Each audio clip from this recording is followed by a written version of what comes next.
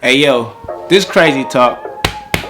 I'm crazy. Well, really not really, but I got some news you can use. Today I'm gonna talk to y'all about synchronicities and how God winks at you. Now this video was not planned because I have like 7 videos I'm gonna do. I'm doing a 7-day challenge where I'm gonna drop a video every day. And I got topics, like a topic that I already planned out for each day. But something happened to me yesterday that made me have to do this video. You know, if y'all been watching these videos, y'all seen I did the how to protect your energy from a energy vampire. You know, what is an energy vampire? And I had the Lost Boys shirt on. And I did the video in front of the Lost Boys art. And then yesterday, while I was posting the video on my Instagram page, I searched the Lost Boys and I saw that they announced the remake of the movie. The movie that came out in 1987. All of a sudden, the day after I wear the shirt and do the video talking about the energy vampires, they announced that they are remaking the video. And I thought that was wild. That was really weird. And that's what this video is about. Synchronicities and synchronistic events or activities that happen to let you know that God is communicating with you. So, like that button, subscribe, hit all them buttons that you're supposed to hit. You know, because we about to get into it. I'm gonna tell you what a synchronicity is, or a synchronistic event is. So like most people think of them as coincidences, but like these events happen so wild, they're so bizarre, they're so strange that these things happen that they're a little bit farther than a coincidence. Like if you start always seeing repeating numbers, those are synchronicities. Or if you think of somebody and then they call you, that could be something like that. So all of you, I'm sure while I'm telling these stories, these examples of these synchronicities, you're gonna be like, oh, something like that happened to me. Okay, so if you can think of something, think of a synchronicity that happened to you, put it in the comment. You know, I'm gonna read everything, and you know, because I know we all been through this, we all dealt with this, because we are all a part of this matrix. We are all part of this simulation. Okay, and you know, that's what a synchronicity is a synchronicity happens so that you can remember that you exist in a reality that is far more than what people think it is. There's more to what's going on than meets the eye. And then when these things happen, it's just God's way of him, you know, whether you believe it's a him or a she, or it could be it, but whatever you believe that created this thing, that's his way or her way or whatever creating, they're communicating with you right now or right then, whenever it happens. And it happens all the time, and sometimes we're not aware of what's going on, or sometimes these things happen and we just overlook them. So like something could happen and then you just go about your day. Like I'm gonna tell y'all about my first ever synchronistic experience ever when I had, or the one I can remember. I think I was about like 12 or 13, and if you know me, you know my cousin Steve White. We very connected. So I think he had to be like 14 or 15 at the time. And I was by my dad's crib and he was by his mom's crib. And I don't go over there all the time, but he stayed by his mom's house. So at this time, you know, back then we didn't have cell phones. He didn't know I was gonna be over there. But I was walking to his house to see if he was home so we can kick it. And then while I'm walking over there, he's walking towards me. And I see him walking towards me, and we look at each other. I'm like, bro, where you going? He like, I'm going to your house to see where you at. And I'm asking him where he going. He asked me where I'm going, and he's telling me he going to my crib to see where I'm at. So we both going to each other's house at the same time, trying to figure out what's going on, and we just surprised about this thing that happened. It didn't really do nothing to him, but that just hit me, and I'll never forget that, because that's the first time I experienced that. Like two people going to see each other at the same time. Like he don't know where I'm over there. I don't know he was over there, but we just walking to each other at the same time. And ever since then, we've been really, really connected. We've been vibing on the same frequency. Like I could think about him and he'd call, or like that was years ago. But just last month, about a month ago, I'm going to Pick and Save, right? And as I'm walking inside Pick and Save, I look to my right, and here goes Steve. He walking in at the same exact time. And these synchronicities, these things that happen are coincidences, because do you know how much stuff has to be orchestrated? How much things have to be, you know, how much things have to happen in your life for me and him to walk into Pick and Save at the exact same time. Like, say I would have got stopped at a light, you know what I'm saying? We wouldn't have walked into this building at the same time. Or if I would have sat in the car and text somebody first before I got out the car, now we might have been in the store at the same time, but we wouldn't have, our paths wouldn't have crossed at the same time, you know what I'm saying? So I could have walked in first and been in the back of the store, then he could have walked in the front, and then we walked around and not even seen each other. But so much things have to happen in your life for these synchronistic events or occurrences to happen. You dig what I'm saying? You understand me? Another experience I had is, if you know me, you do know me, or if you don't know me, you know what my channel is about. And I've been talking about the simulation theory. And there is like about a month ago, I was doing some research trying to find out excuse you, I was looking up some examples or some evidence that we live in a simulation. And one evidence or clue is the Mandela effect. So I was watching this video about the Mandela effect. If you don't know what the Mandela effect is, it is Nelson Mandela. When he died a few years ago, maybe 2003, maybe, I'm not sure. But the day he died, people woke up and was like, "What you mean Nelson Mandela died? He already died. Like, how can we be just now hearing about he died when we all remember him dying a long time ago?" And the world, like half the people, they just remember him dying, but that's the day that he really died. This would be equivalent to us waking up today, and let's just say we found out Kobe Bryant died today. Not Kobe Bryant died, you know, in the helicopter crash. You know what I'm saying? We just wake up and find out that Kobe Bryant got into a car accident, or he was sick and had corona and died today. Y'all would be like, "That's crazy. That didn't happen." Because everybody remember Kobe Bryant dying in a helicopter crash. But this really happened to Nelson Mandela, so that's why they call it the Mandela effect. And what's crazy is, when this happened and these things happen, people just go about their life. Like, you know, like, that was crazy that it happened. Oh well, let's just keep living. You know, you don't never think about why is this happening. Because when these things happen, you have to wonder why they happen and what is the lesson that you need to be learning right now. So anyways, I'm learning about the Mandela effect, and one of them is the Bernstein Bears.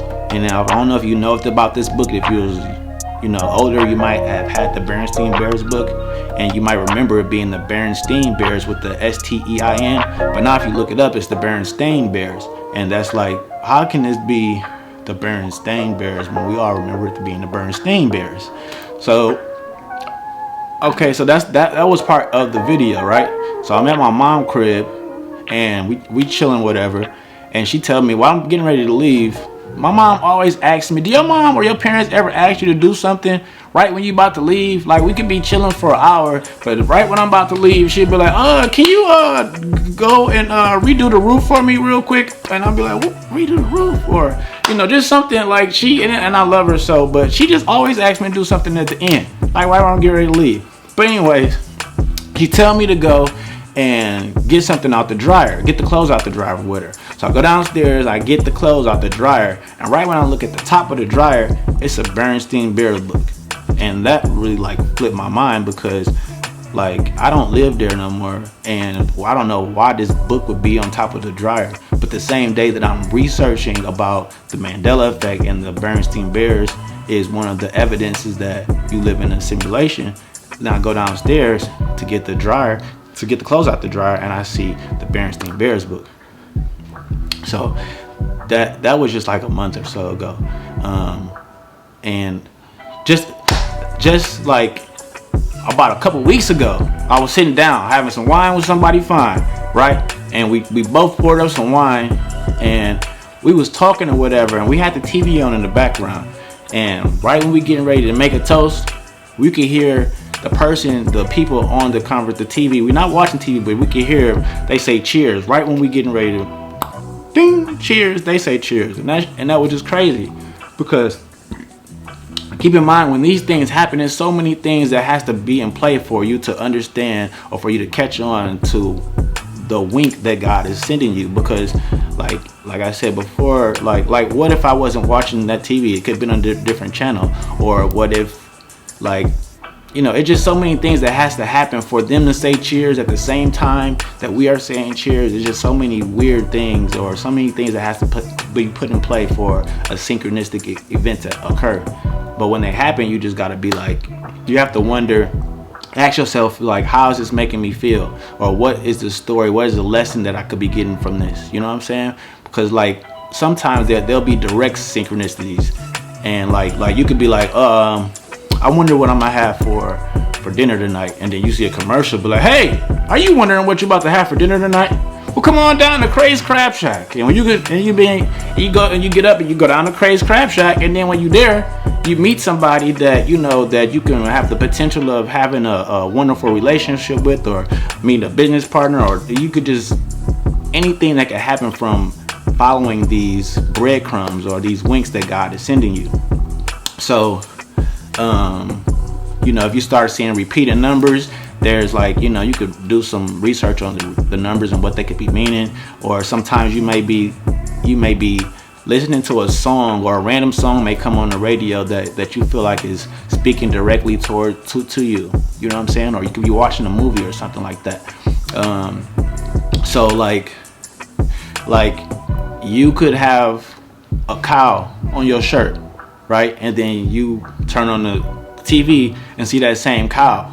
Now, that don't mean that you need to go out and buy a cow now, or you need to be out milking cows. See, that's what I mean. Like, some of these things are direct, they speak direct to you, or some of these things you have to figure out what they mean on your own, because sometimes you could be just on the right path. Like, you know, like you could be doing something or pursuing something that you may not be sure of, and then when you get these signs, that's God's way of telling you, like, you know, you're on the right path, and just keep up what you're doing, you know. So a lot of scientists, or some scientists, think of synchronicity as confirmation biases. Like I told you about the reticular activating system, the RAS, this thing that you have in your brain that's gonna basically bring to you whatever you want. Like, it's gonna present to you what you think life is. So like, if you're watching a movie and there's an actor that you don't like, you're like, I don't want to watch this movie because it got him in there. So when you're watching this movie, your brain is gonna pinpoint all the bad things out. You know what I'm saying? So like, because it's gonna make your reality come true to you. So like, you know, when you're watching it, you're gonna be like, since your brain knows that you don't like this movie, you don't like this person, it's gonna show you everything that this person does wrong, so that your beliefs can come true. And that's not what synchronicities are, because these things happen.